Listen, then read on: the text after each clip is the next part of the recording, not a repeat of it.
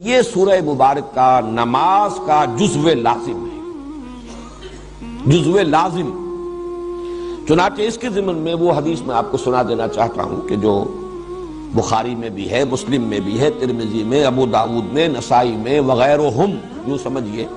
کہ محدثین نے سب نے اس کو تسلیم کیا ہے۔ اور یہ حضرت عبادہ ابن صامت سے ہے رضی اللہ تعالی عنہ۔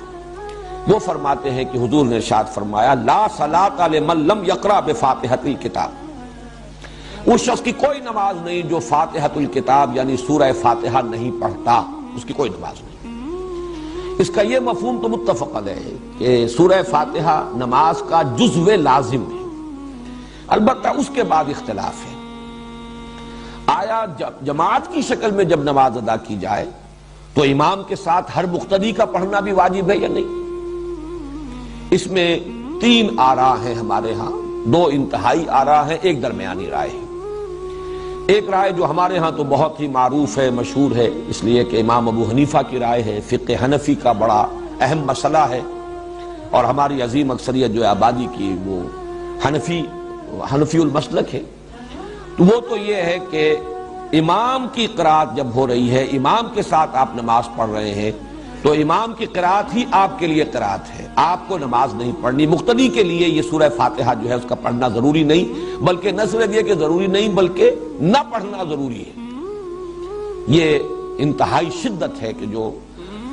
حنفی مسلک میں اس بارے میں ہے، اور مثال وہ دیتے ہیں بڑی، یعنی ایک اعتبار سے تمثیل و تشبیہ کے پہلو سے بہت یعنی معقول تشبیہ ہے کہ جب وفد کی صورت میں کہیں جائے، کسی بڑی شخصیت کے سامنے پیشی ہو، حاضری ہو، تو کوئی ایک ہوتا ہے جو نمائندہ، وہ گفتگو کرتا ہے، باقی سب لوگ موجود ہوتے ہیں، ان کی موجودگی گویا کہ ایک طرح کی شمولیت ہے، لیکن یہ کہ گفتگو جو ہے، کوئی درخواست پیش کرنی ہے، کوئی مطالبہ رکھنا ہے، تو وہ ایک ان کا نمائندہ پیش کرتا ہے۔ اسی طریقے سے جب امام پڑھ رہا ہے تو گویا کہ مقتدیوں کی طرف سے قرات ہو گئی۔ یعنی یہ مطلب نہیں ہے کہ یہ نماز کا جزو لازم نہیں ہے،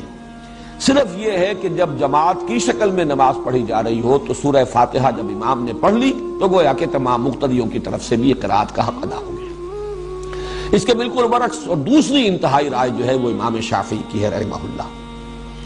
کہ جو ظاہر ہے اس کا، ویسے یہ میں عرض کر دوں کہ جو موقف ہے امام ابو حنیفہ کا اور جو حنفی مسلک ہے، اس میں ایک دلیل یہ بھی پیش کی جاتی ہے کہ قرآن حکیم میں یہ حکم ہے اذا قرئ القرآن فاستمعوا له وانصتوا، جب قرآن پڑھا جائے تو اس کو توجہ سے سنو، پورا دھیان ادھر لگاؤ اور خود خاموش رہو۔ اگرچہ یہ دلیل جو ہے در حقیقت بنتی ہے تیسری رائے کے لیے جو میں بعد میں عرض کروں گا، لیکن اسے بھی جو حنفی المسلک لوگ ہیں وہ اپنے موقف کی دلیل کے طور پر پیش کرتے ہیں۔ اس کے بالکل برعکس ہے، وہ گویا کہ اس حدیث کے جو الفاظ ہیں اس پر مبنی ہے، ظاہر الفاظ لا صلاۃ لمن لم یقرأ بفاتحۃ الکتاب، اور حدیث یقیناً اتنی قوی ہے، اتنی مستند ہے، اپنے سند کے اعتبار سے اتنی اعلیٰ رتبے کی ہے کہ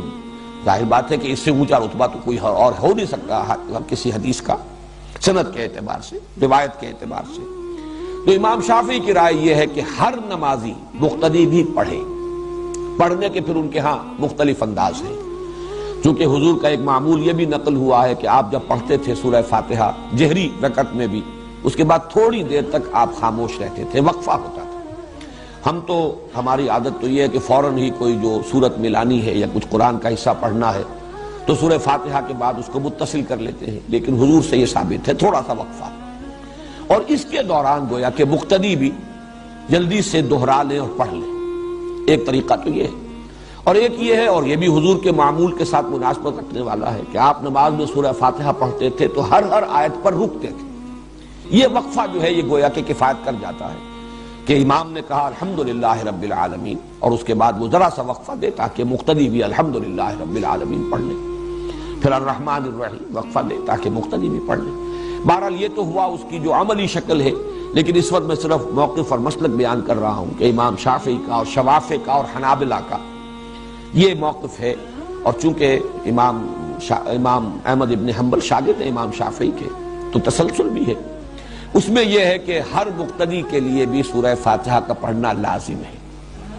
معتدل مسلک ہے امام مالک کا رحمہ اللہ، امام دار الہجرہ، چونکہ وہ امام مدینہ ہے، اس اعتبار سے ان کی بات بہت سے پہلوؤں سے بہت وقی بھی ہے۔ حدیث کا بھی سب سے پہلا مجموعہ جو ہے موطا امام مالک، یہ گویا کہ اولین مجموعہ ہے جس کو کہ فقہی جو بھی ابواب ہیں ان کی شکل میں مرتب کیا گیا۔ امام مالک کا موقف یہ ہے، اور میں اس کو کوئی بات نہیں سمجھتا اس کے بیان کرنے میں کہ میرا اپنا عمل اس پر ہے، وہ یہ ہے کہ جہری رکعت میں امام کی قرات کو توجہ سے سنو، گویا کہ عمل ہو گیا اس آیت پر، اذا قرئ القرآن فاستمعوا له وانصتوا۔ البتہ سری رکعت ہے، اس میں خود سورہ فاتحہ پڑھو، اس لیے کہ اس وقت آپ سن نہیں رہے۔ لیکن یہ کہ ہمارے ہاں بعض جو مفتی حضرات ہیں، حنفی مفتی حضرات، وہ اس میں بہت شدت سے کام لیتے ہیں کہ فرض کیجئے کوئی رکعت آپ کی چھوٹ گئی تھی، پہلی رکعت رہ گئی تھی، آپ دوسری میں شریک ہوئے، تو اب اگر آپ اپنی رکعت پہلی جو ہے پڑھنے کے لیے، جبکہ باقی نمازی فارغ ہو گئے، سلام پھر چکا، امام سلام پھر چکا، اب آپ کھڑے ہو کر جو رکعت پڑھ رہے ہیں، تو شدت کی انتہا یہ کہ اس رکعت میں بھی سورہ فاتحہ مت پڑھو،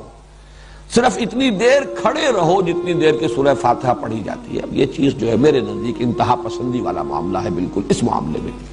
بہرحال درمیانی مسلک یہ ہے، لیکن یہ کہ اس وقت جو کچھ مجھے بیان کرنا تھا یہ میں نے بیان کر دیا، اس لیے کہ یہ عملی مسئلہ ہے، بہت سے حضرات کو اس سے سابقہ پیش آ سکتا ہے، لیکن یہ کہ اصل بات جو اس وقت جو میری بحث تھی وہ یہ کہ یہ نماز کا جزو لازم ہے۔